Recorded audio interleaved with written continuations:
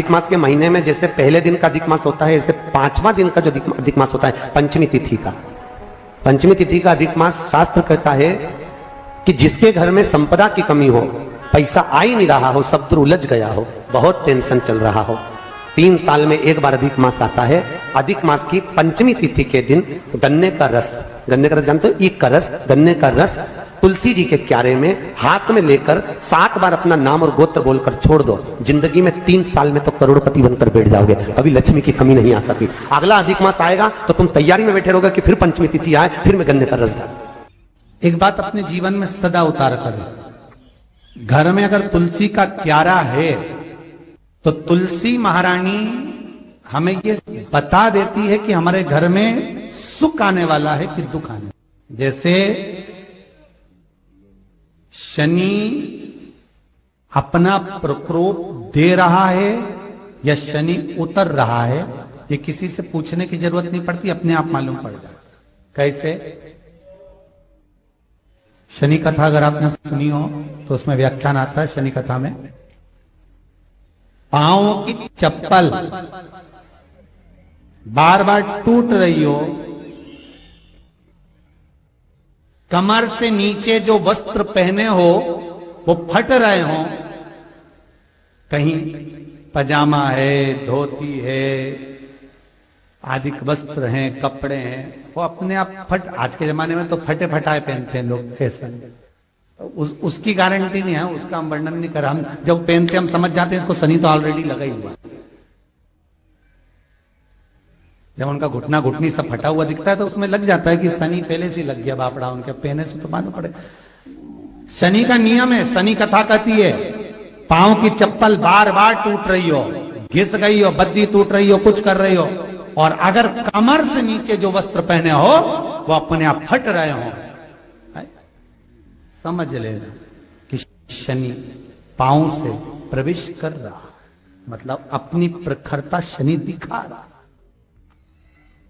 किसी मंदिर में गए महाराज और वहां जाने पर चप्पल चली गई तो समझ लेना शनि की कुदृष्टि अब पड़ना बंद होना चालू हो गया। कितना सुंदर कहा है महाराज। जूता चप्पल आज के जमाने में तो फैशन हो गई साहब, घर की चप्पल अलग होती है, बाहर की चप्पल अलग होती है। लोग घर में चप्पल किचन तक में पहन के जाते हैं। अरे पानी ले जाओ सीओर से, रसोई घर में लोग चप्पल पहन कर जाते हैं, जहां भगवान का प्रसाद बन रहा है, जहां अन्नपूर्णा निवास कर रही है, और पूछो तो कह किचन की चप्पल है तो माथे पे रख लो। तुम अपनी मां को जरूर देखना है एक बार, वो बूढ़ी मां कितनी बार किचन में चप्पल पहन कर गई, मुझे जरूर फोन कर कर बताना। बूढ़ी मां रसोई घर में आज भी बिना चप्पल के जाती है, और बहुओं की कहीं एड़ी नहीं फट जाए, ठंड नहीं बैठ जाए, इसलिए ये रसोई घर तक में चप्पल पहनकर जाती है। सूर्य नारायण की कथा पढ़ना, शनि महाराज की कथा पढ़ना, और गरुड़ पुराण की कथा पढ़ना, जिन जिन कथाओं का हम व्याख्यान कर रहे हैं उसको पढ़ना जरूर हो। क्या लिखा है?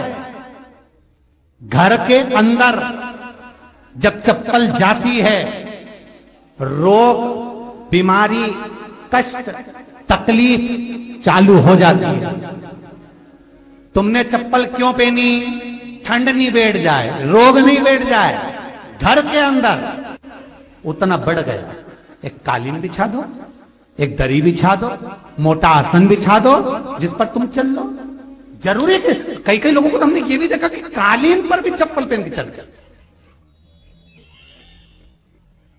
और ब्राह्मणों को भोजन परोस रहा है, गुरुजन को भोजन परोस रहा है, ठाकुर जी की थाली बना रहा है, ठाकुर जी का थाल लगा रहा है, तो भी चप्पल है पांव में। तेरा क्या होगा रे कालिया, क्या होगा? विचार तो करो। देह पड़ी रे जाए यहीं पर, फिर कुंडल और नगीना, क्या हरि नाम नहीं तो जीना। अभी भी सुधर जाओ रे, अभी भी सुधर जाओ, नहीं सुधरो तो सिधर जाओ रे, या तो सुधरो नहीं तो सिद्धरो, थोड़ा सुधरो। रसोई घर में अन्नपूर्णा रहती है। रसोई घर में शिव महापुराण की कथा कहती है, जब भगवान शंकर को मां जगत जननी भोजन करा रही थी, शंकर जी ने वर मांगा था अन्नपूर्णा का, ए अन्नपूर्णे, तुम मेरे घर के बच्चों का भरण पोषण कर रही है। इस मृत्यु लोक में जितने मनुष्य जन्म लेते हैं ये मेरे पुत्र कहलाते हैं। तो अन्नपूर्णा ने कहा, चिंता मत करना भोलेनाथ, जिस जगह पर एक स्त्री, बेटी, कन्या या घर की बहू या बूढ़ी मां भोजन बनाएगी, उस जगह पर मैं अन्नपूर्णा उसके शरीर में प्रवेश करूंगी। रसोई घर नहीं होगा, वो मेरा और तुम्हारा मंदिर कहलाएगा। अब मंदिर में चप्पल पहनकर भोजन का निर्माण करना, ये श्रेष्ठता है। एक आसन पटक लो आप रसोई घर के अंदर, जिस आसन पे खड़े होकर आप भोजन बना लो, मोटा सा आसन रख लो, चप्पल की जरूरत ही नहीं। श्रीमद् भागवत कथा कर रही है, तुलसी का मात्र, तो शनि अपनी दृष्टि बता देता है। शास्त्र कहता है जब घर के अंदर प्रवेश करने के, जब आप घर में प्रवेश करें तो एक कोने में चप्पल को उतार दें। बाहर जगह नहीं है तो घर के अंदर प्रवेश कर कर लेफ्ट में चप्पल को उतार दें, और 7 या 3 कदम के अंदर चप्पल उतर जाना चाहिए घर के अंदर में। और उसके बाद अगर चप्पल अंदर प्रवेश कर रही है तो राहु केतु शनि के साथ प्रवेश करते हैं, जिसके घर में बीमारी कभी पीछा नहीं छोड़ती। शनि कथा, सूर्य की कथा का स्मरण करिए, आपको मालूम है, पहचान हो जाता है। महाराज तुलसी बता देती है कि आपके घर की दशा क्या है।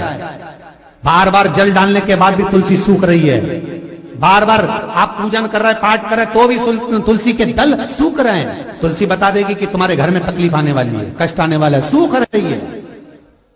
किसी ने जरूर कुछ ना कुछ ऐसा है कि इसमें घर में कुछ तकलीफ आएगी, तुमने लगाया फिर सूखी, फिर लगाया फिर। तुलसा महारानी बता देती है कि कष्ट है। और जिस गमले की तुलसा घेर घमोर हो, फलित तो हो, आनंद में हो, तो उस घर में फिर दुख नहीं आता, समृद्धि खुद बढ़ती चली। जिन शंकर भगवान को आप जल चढ़ाते हो, जिन ठाकुर जी से आप लाड लड़ाते हो, जिन भगवान कृष्ण का आप स्मरण करते हो, राधा रानी का आप नाम जाप करते हो, जिस परमात्मा का आप भजन कर रहे हो, कीर्तन कर रहे हो, नाम जाप कर रहे हो, नाम स्मरण कर रहे हो, उससे तुम्हारा एक संबंध होना चाहिए, एक रिश्तेदारी होना चाहिए। और उससे जब तुम्हारा कोई संबंध रहेगा, उससे जब तुम्हारी कोई रिश्तेदारी रहेगी, तो उस रिश्तेदारी में जैसे ही आपके प्राण छूटे, और छूटते से ही आप जब गए, तो जाते ही आप कहोगे कि कृष्ण से मेरा ये संबंध है, वो मेरा पुत्र, वो मेरा भाई, वो मेरा बेटा, वो मेरा सगा, वो मेरा रिश्तेदार, वो मेरा कुटुंबी, वो मेरा पुत्र।